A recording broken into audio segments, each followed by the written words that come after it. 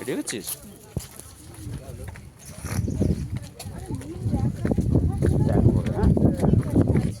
তুমি টুপিটা পরো,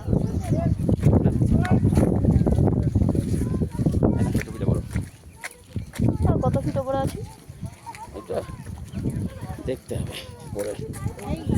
হ্যাঁ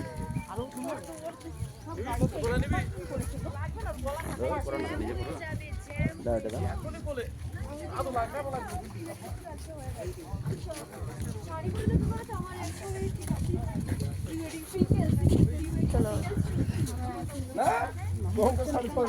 মলেদা, ও মলেদা, আমাদের ছেড়ে ছড়ে দিয়ে চলে যাচ্ছে।